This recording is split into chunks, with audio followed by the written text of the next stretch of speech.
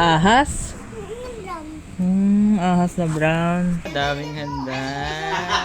Super sakit kahapon ngayon. Nafe-feel ko may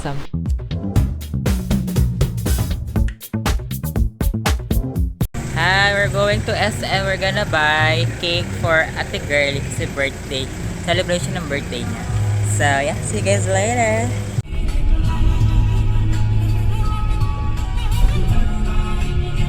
Sarap cake from BQ.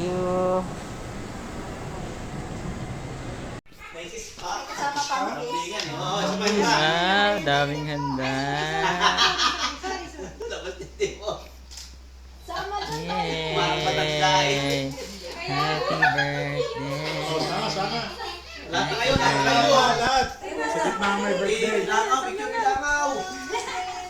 Yummy!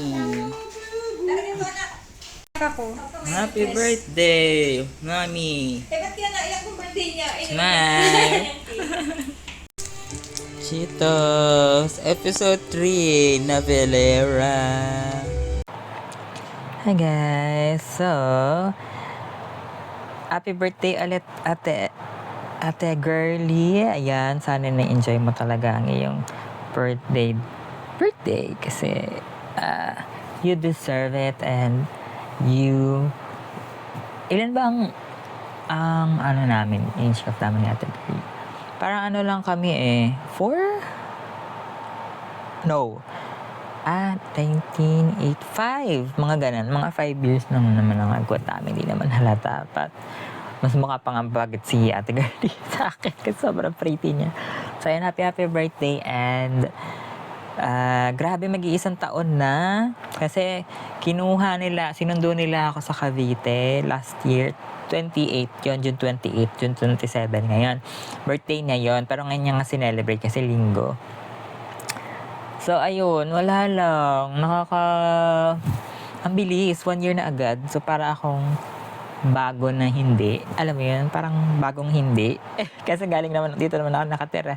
Pero pagdating ko dito, iba na yung bahay. Kaya parang hindi na siya yung dati kong tinirhan, syempre. Pero, tapos wala akong kwarto kasi may tao dun sa kwarto ko. So, ngayon, para akong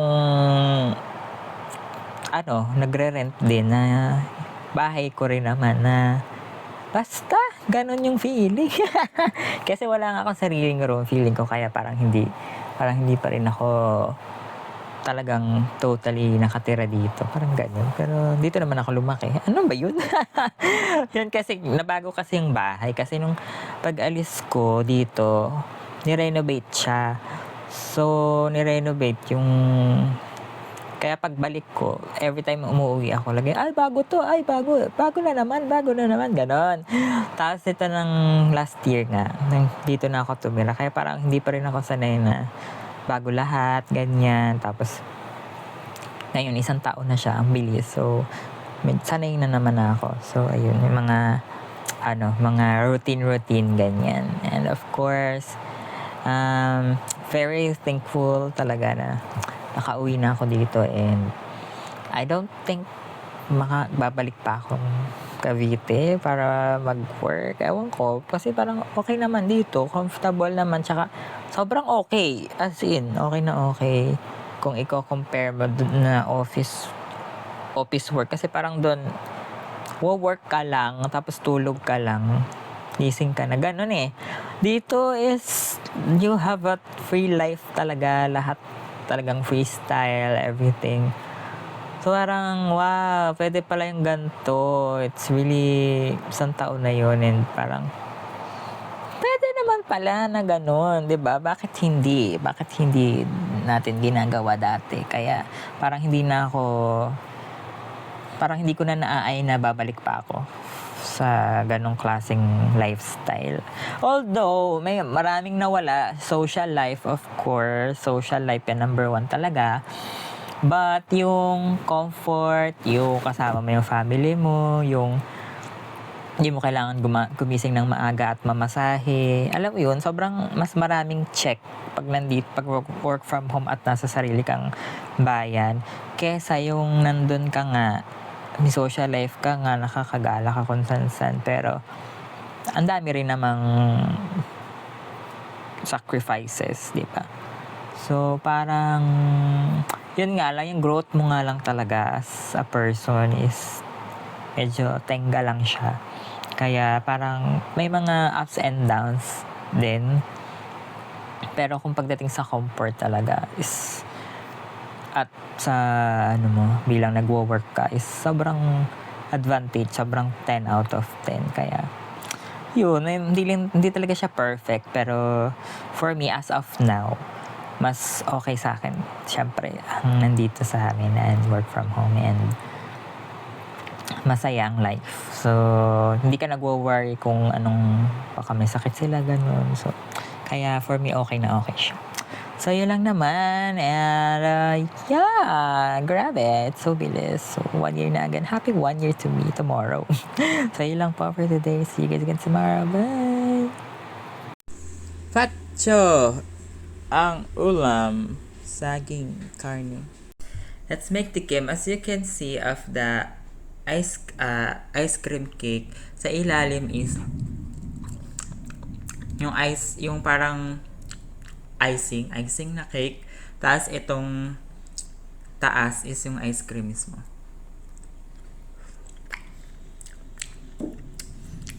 So, iba siya sa yung masarap na ice cream cake sa Manila. Contis, kasi yun is parang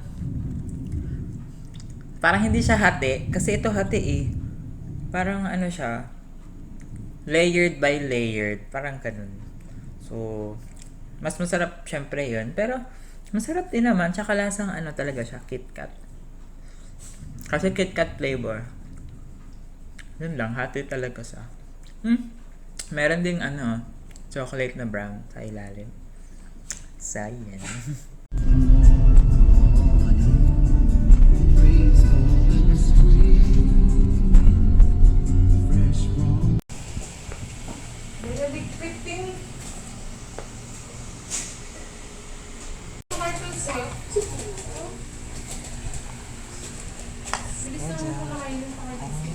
Braces day today.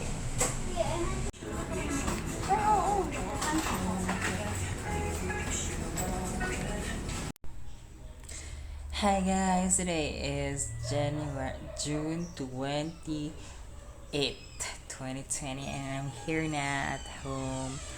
So ayan, nandito na ako sa bahay. Bumili ako ng mga things. Diba, nagpunta akong dentist, nagpa-adjust ako ng brace. Kapag ko sa inyo kung anong nangyari. Mamaya, papakita ko lang sa inyo yung mga binili ko sa bagong tindahan sa bayan.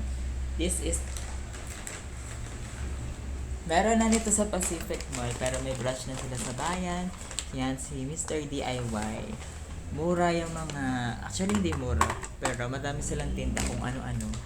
So, i-unbox natin yan. So, ang mga binili ko is itong mirror, 30 pesos. Wala lang kasi ako mirror na basag. So, yan. Blue and pink. Tig-isa kami ni Princess. Yan. 30 pesos siya. Cute kasi square. Laging circle yung binibili ko. Yan. Square naman.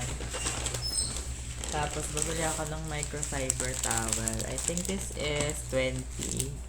I think, yeah. For panglinis ng kasi ng computer. Kasi di ba sa mga dust, yung mga arte, mga alikabok. So, yan. 20 pesos lang siya. And then, I also buy itong, Ipit hair clip. Cute kasi matte siya.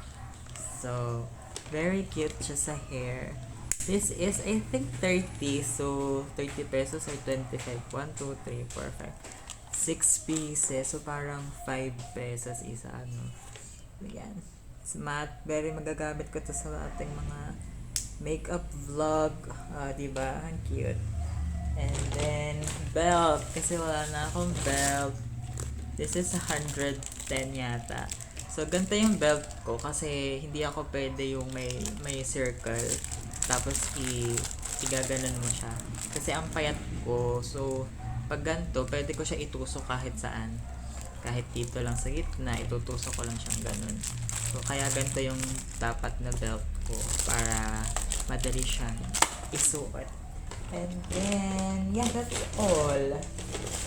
May libre silang kasi kakabukas lang nila kahapon. May libre silang ball pen. Cutie. Diba? So, yan. Sa DIY, malapit lang po siya sa yung dating Nobo, yung BDO, yung simbahan sa tapat nun, tas isang kanto lang, yun, dun siya nakapwesto. Ang laki niya hanggang 4th floor or 3rd floor. Tapos marami silang mga kung ano na tinda. So, yun lamang po for today. And yun nga, pumunta nga ako ng dentist. So, bukas ko ikukwento kung ano ba yung ginawa sa akin kasi kulang ng ating oras ang minuto na nangyari ngayon. So, ayun, ang ginawa sa akin is power chain. And kung para sa inyo power chain, kulay gray siya. Bukas ko yun, i-chismis ko sa inyo. So, ayun lamang po for today. And nanonood kami, syempre, ng Navillera. Hindi pala kami nanood today kasi bukas na lang daw. Kasi pagoda na kami parehas. So, yeah, that's all. I'll see you guys again tomorrow. Bye! Chicken, ulam, and mango. Sarap. Hindi ba yung nangangagat? Nangangagat. Nakagat ka na dati, hindi pa? Hindi ba? Ano mangyayari dun sa uod? May aas yung ugod ng black. Hindi yung brown. Ahas? Yung brown. Ahas na brown. We have minute burger, footlong, merienda. Tikman natin tong crunchy curls while watching episode 5 Navillera. Hello guys, so super bilis ng panahon kasi alam niyo ba, it's already 29 of June. So bukas June 30 na. Ang bilis-bilis ng oras. So, ayun. Sana marami pa rin ganap bukas. Ay, sa July. Kasi every month naman may nagbe-birthday sa amin. March, ako at si Carl. April, si Kuya JP. Tapos, May naman si Kuya Mark at si Mama Joyce. June, si Mami Garly. And then July naman si Mamita. So, magbe-birthday na siya. Kaya I'm so excited sa kung ano man magiging ganap for July and more vlogs of course. Pero pa naman bukas, may isang last day pa naman tayo. So, yeah, ang bilis lang, nakaka-shock. So, yeah, that's all and see you guys again tomorrow. Bye! Big you. I will open again a freebies. Ito muna tayo, legendary, random pala, epic skin. Sana maganda, sana naman karakter. Talo, wala naman akong talo ni. Bakit naman ganun? Ito, sana may maganda. Wow! Program Soraka. Ayoko nun. Wow, cute. Yan lang. Cute, gusto yung Soraka. Meron pa, ito. Project 21, 2021 Superman Orb. Sana magandang skin. Wow! May Shyvana ako. Ganda rin yan. Ang galing. Si Nidalee. Tao. Galing na Play ko nga si Nidalee. Wow! Lux. Ang galing Ganda ng mga skin. Episode 5. Iting di patatang bagong flavor. Episode 5 na nga ba ito? Something, you know. Ang title ito? Navillera. Hello. Hi. Mabuhay. Hello, hi Mabuhay. How are you guys today? Just as a mic test because my microphone was busted. Hello guys, kakataas ko lang gumawa ng reaction video sa TXT at baka ma-upload ko rin siya today, sana, para makahabol sa June. Kasi ang unti ng vlog ko for this June, 5 vlogs lang. Alam nyo kung bakit? Kasi di ba binunutan ako Tapos, hindi naman ako makagawa ng vlog kasi ang sakit sa ngipin. Tapos, kaka-adjust ko lang kahapon nung last Monday. Tapos kahapon masakit. So, ngayon medyo masakit. Pero feeling ko hindi na siya masyado masakit ngayon. Dahil mas super sakit kahapon. Ngayon, nafe-feel ko may something but hindi na ganoon kagrabe. And kailangan ko talagang mag-ingat sa pag-toothbrush kasi may tendency na baka maputol. Dahil nga 'di ba ano siya, chain siya, power chain. So, isang line hanggang dun sa dulo, isa lang siyang line magkakadikit. Hindi siya hiwa-hiwalay na katulad ng normal. So, ngayon, pag naputo lang isa, may tendency na madadama yung iba. Ang mahal magbayad ng asepsis fee, 500. So, ayoko bumalik. Pero babalik naman ako after 3 weeks kasi nakaschedule ako mga 19 or 18 kasi na-late ako, diba? Last nito. So, dapat ang punta ko talaga is mga last week pa, pero nag-move siya. So, ayun. So, ngayon, kailangan ko mag-ingat din sa pagkain kasi nga baka maputol, lalo na ito. It's very nipis siya. So, tinanong ko rin yung kapatid ko na si Princess kung nag-power change siya at nag-power change siya. Matatanggalan na rin siya. Kaya ang ginagawa ng dentist niya is parang 2 or 3 yung nakapatong para in case na matanggal siya, meron pa ding support para ayun, mas mabilis mag-adjust ang teeth. So, yun lang naman po. And, yeah, nanood kami ng Novelera episode 6.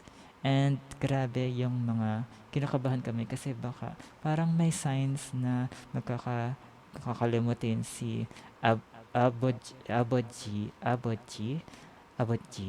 So, ayun, baka magkaroon siya ng mga dementia or something. Yun naman, drama. So, yun lang. So, that's all for today. And, yeah, see you guys again tomorrow. Bye!